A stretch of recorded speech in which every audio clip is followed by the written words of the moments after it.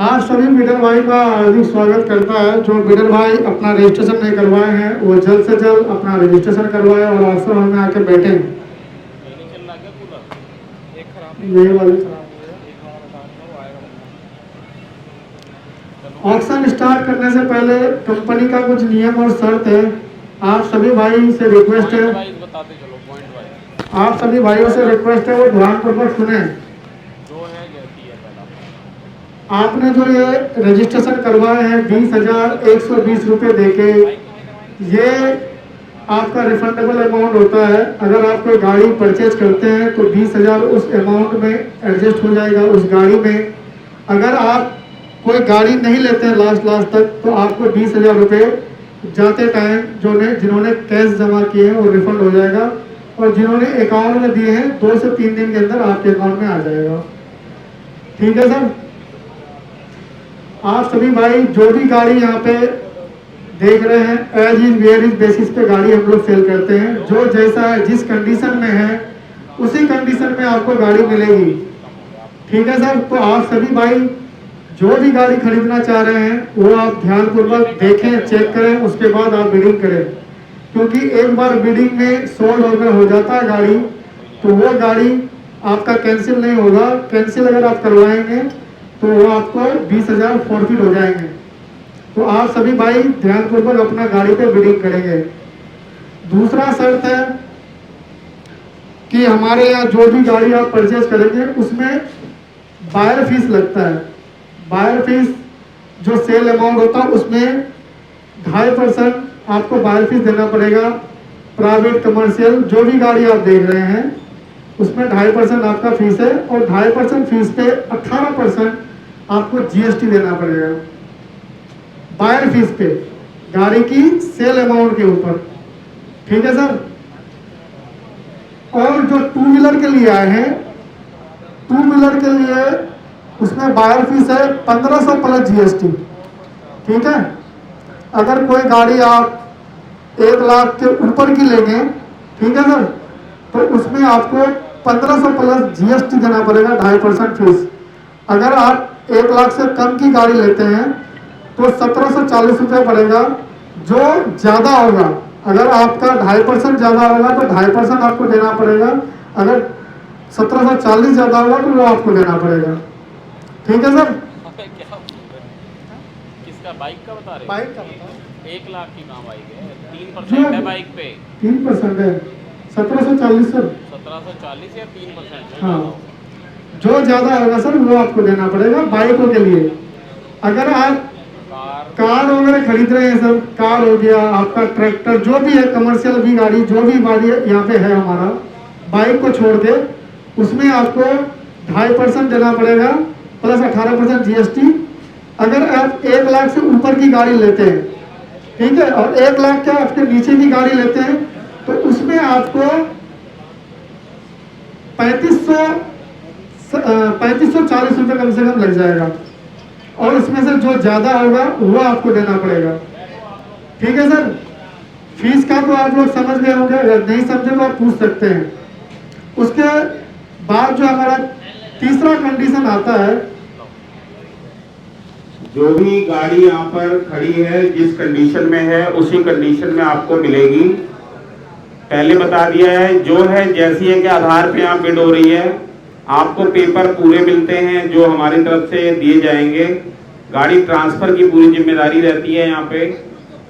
दूसरा नियम है, कोई भी गाड़ी खरीदेंगे बायर फीस लगेगी सभी में। बायर फीस का मतलब है सेल अमाउंट के अलावा कुछ अमाउंट है। जैसे टू व्हीलर लेंगे तो टू व्हीलर पे मिनिमम 1500 प्लस जीएसटी 18%, तो 1770 रुपए होते हैं, या फिर 3% जो ज्यादा होगा।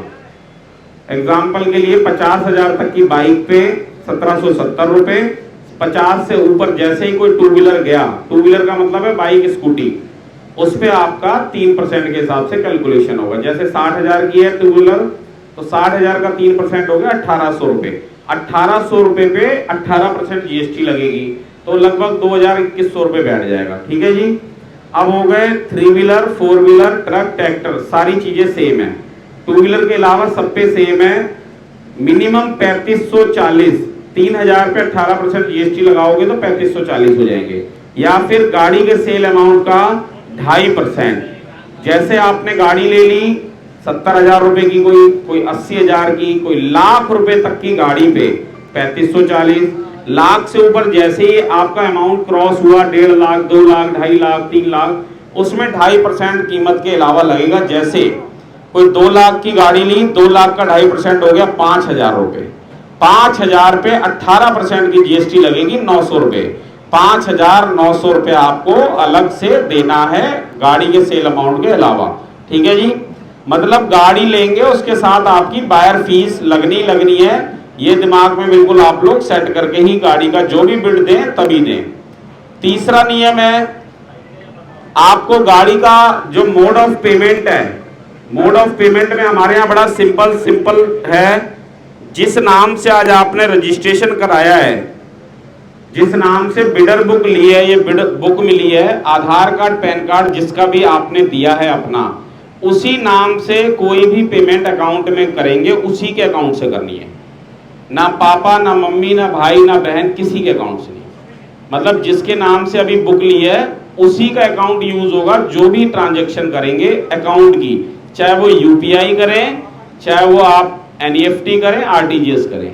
ठीक है जी, कैश एक गाड़ी एक व्यक्ति 1.5 लाख रुपए तक दे सकता है। एक व्यक्ति ने 2 गाड़ी ले ली तो एक गाड़ी पे ही 1.5 लाख कैश देगा, दूसरी पे अकाउंट में ही देना पड़ेगा, वो भी अपने अकाउंट से जिसके नाम से यहाँ गाड़ी ली है। ट्रांसफर कराना अलग चीज है, ये नहीं जी मुझे तो इसके नाम गाड़ी ट्रांसफर करानी है उसी के से पेमेंट करा दी। ट्रांसफर अलग चीज है। यहाँ पे जो भी गाड़ी आप लेके जा रहे हैं आपको खुद के नाम से ही यहाँ पर अपना पेमेंट करानी है। जिस नाम से रजिस्ट्रेशन हुआ है आज, पेमेंट एफिडेविट उसी के नाम का ही लगेगा। कोई भी चालान होगा प्राइवेट वाहन पे, प्राइवेट वाहन मतलब ये वाइट नंबर प्लेट गाड़ी पे, तो कंपनी उसमें एम परिवहन के चालान भर के देगी। ट्रांसफर कराना बहुत अनिवार्य है हमारे यहाँ, जितना गाड़ी बेचना उससे ज्यादा ट्रांसफर कराना। तो जो डीलर भाई हैं उनको हम 1 महीना 1.5 महीना टाइम दे देंगे, बट उसके लिए आपको यहाँ पर सिक्योरिटी अमाउंट जमा कराना पड़ेगा, पर व्हीकल 20,000 रुपए। ठीक है जी, 2 व्हीलर है तो 10,000 और 5,000 में भी हम लोग कर लेते हैं। 4 व्हीलर और ट्रक इनके लिए सबके लिए 20,000 का अमाउंट है। ठीक है, बाकी आपको कुछ हमारे पास कमर्शियल गाड़ियां पीली नंबर प्लेट में कंप्लीट पेपर वाली भी गाड़ियां हैं। कंप्लीट पेपर में भी हम लोग उसी तरह ट्रीट करते हैं जैसे हम लोग प्राइवेट गाड़ी को करते हैं, उसमें भी चालान हम लोग भरवाएंगे। जो होगा सब क्लियर आपको बता के चलेंगे, तो किसी तरह की टेंशन नहीं लेनी। जो भी यहाँ गाड़ी खड़ी है ट्रांसफर की जिम्मेदारी कंपनी पूरी लेगी। अमाउंट आपको देना है, वो अमाउंट 2,000 भी हो सकता है और 10,000 भी हो सकता है। वो डिपेंड करता है गाड़ी कहाँ के अथॉरिटी की है, आपका आधार कार्ड कहाँ